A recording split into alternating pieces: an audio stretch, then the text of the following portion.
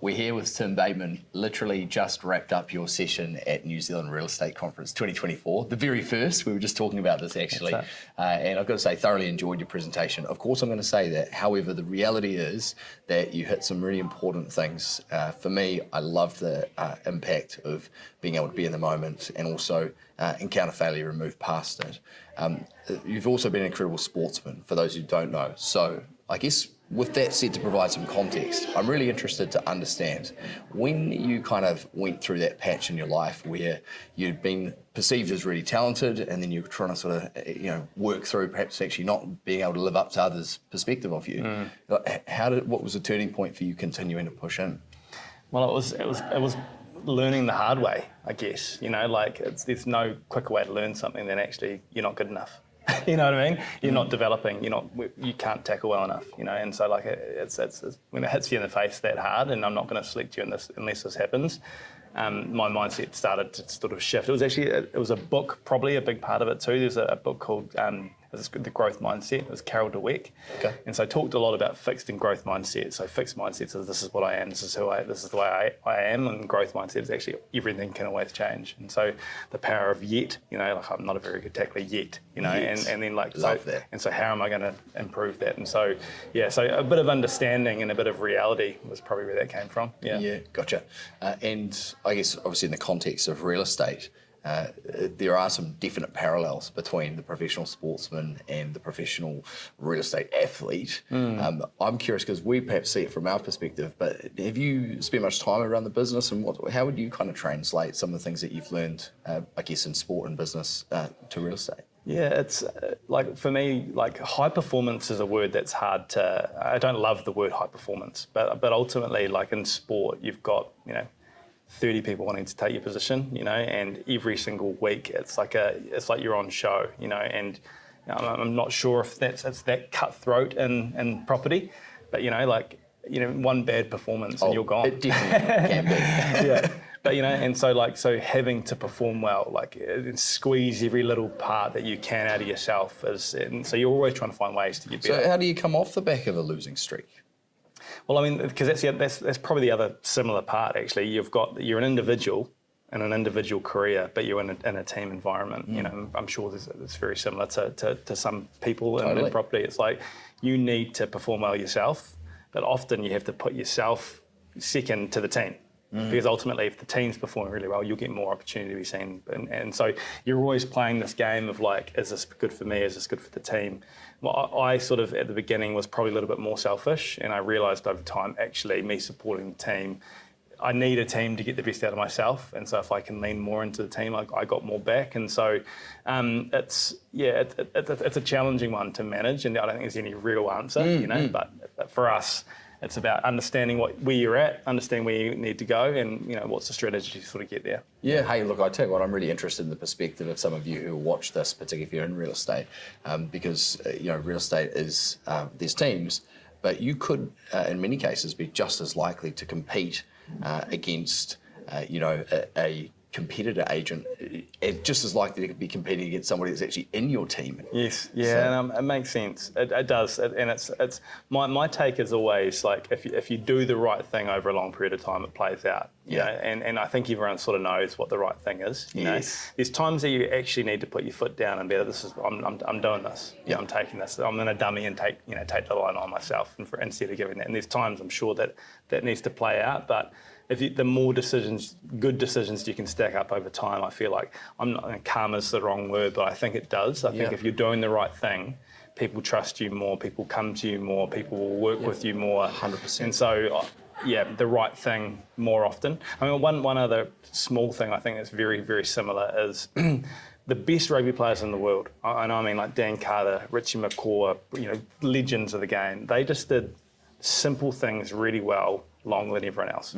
The reality is Dan had kicked thousands of kicks before he was 14 years old. That's why he could kick the ball so well. And he had a real ruthless methodology of maintaining his kicking and performing. And it's the same with passing. And it's nothing, they're not, they are superstars, but they're no different to all of us. They just do they're just very consistent. And I'm sure in property, it's the people that are making the 10 phone calls a day in the morning, or whatever it is that's relevant. Yeah, team, I'm definitely going to riff here because I think the fundamentals are critical. And if you're encountering failure, then that's a message you've got to get better at the fundamentals, and you've got to check yourself and make sure you're acting right. Now, if you're working in that spirit and you are seeking it, it is a matter of time before it happens. I couldn't agree more. Yeah. I genuinely, it's small little things stacked up over time, and that's where real performance comes from. You've been successful in business, and actually that's probably the really interesting thing here. You made what I imagine would, I know in hindsight, was the right decision and easy, but at the time clearly was difficult to retire perhaps early because of family. But actually, it's seen you grow a very sustainable business and life from the outside. It certainly seems that way. Yeah, it's a hard one because I honestly feel like we're just getting started. Genuinely, That's so exciting. And it is exciting. It's daunting. It's scary, and successful is probably the wrong word. I think it's like we're trying to pioneer an industry, and we realise that we're going to get massive headwinds at times. But we genuinely see ourselves as actually trying to create something that's not there now. And that's just, once again, it's a community around well-being and not being this weird, fluffy, silly, wacky woo-woo thing. It's just everyday people using it, and so we're just getting started. I know you're supplying some of those things for well-being, right, as part of the business, but maybe if you could just summarise kind of what you think some of the key things are in that holistic well-being, and what, of course, some of those tools are that you're making available for people. Yeah, absolutely. And I think that the first thing there is, I sort of touched on it before, but like you always think you're the only one managing stress. You think you're the only one with some sort of relationship problem or some sort of work-related issue that's going on, or you've got all these things that you need to fix and solve. But the reality is everyone is. Everyone's got something that they're battling. And so it's trying to identify ways that you can sort of support that so you can perform better. That's all it really is. And so we're trying to, every single time someone engages with something in our studio, either on-site or a piece of content, it's like actually it's helping them perform better. And so how do we do that? We focus on stress mainly. It's stress relief. If when you're highly stressed, or when your stress levels are too high, you make worse decisions. You see less. You communicate less. Everything's tense. If you want to perform well, you have to get your stress levels down. So what do you do to get your stress levels down? That's one question. How to use heat to optimise performance. How to use cold. So it's health and performance. These two sort of things playing hand in hand. So for us, it's saunas, it's ice baths, it's float cabins, it's massage, it's relaxation recovery spaces, it's breath work. We do sort of courses on all sorts of different stuff around wellbeing. But yeah, some are private, some are communal. It's just a group of people coming together. And those things, maybe if we look at it and zoom out slightly a little, you're providing that part of it. What are the other things that complement? I know in your presentation you talked about meditation, perhaps exercise. What are the other things alongside those that you think are really key things that have supported your performance over the years? Yeah, I mean, they're two big ones. Like our byline is own the moment. It's learning to be more present in a moment. And, when you're in an ice bath at 4 degrees, you sort of got it's hard to be anywhere else, right? Yeah. It really, really is. But also stepping into the ice bath, like making yourself. No one likes an ice bath. Everyone says that they enjoy it. I love it, but you enjoy the feeling that you get from the ice bath. Yeah, I've got a buddy who loves his ice bath, but that's quite good. I'm going to give it. It's like you don't love getting in. No one loves getting in there, but if you could get the benefits from an ice bath in a pill, everyone would be taking it every day. Yeah. But the reality is you actually have to push into something hard to get those benefits. And so there's a bit of mental benefits that come from leaning into something challenging, like a sauna or like an ice bath, but also just disengaging with things that are going on in life. For me, a float, like getting out of life, just getting away from the madness for a moment. For me, it's 2 o'clock on a Wednesday is my time. I'm in there and I just lock the door, the whole world pisses off for a little bit and I'm just going internal, How does that optimise performance? It's a feeling, really. I get out and I feel better, And this has been cool, like things like Whoop and Oura rings and stuff showing what's actually going on with heart rate and, stress and stuff as you engage with these services. And I think this is going to change things over time.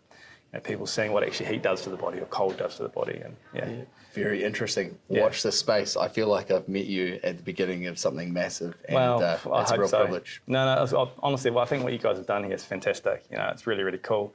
it's an exciting industry to be involved in, and I realise there's challenges in every industry, and I know you guys are going through a few in some parts of the market at the moment. And the reality is, if you can be successful in these markets, and you can grow through these markets, then these are where the greats are made, no question. It really is. Yeah. It really is. Ladies and gentlemen, Tim Bateman, thank you so much. Good man. Awesome. Thank you.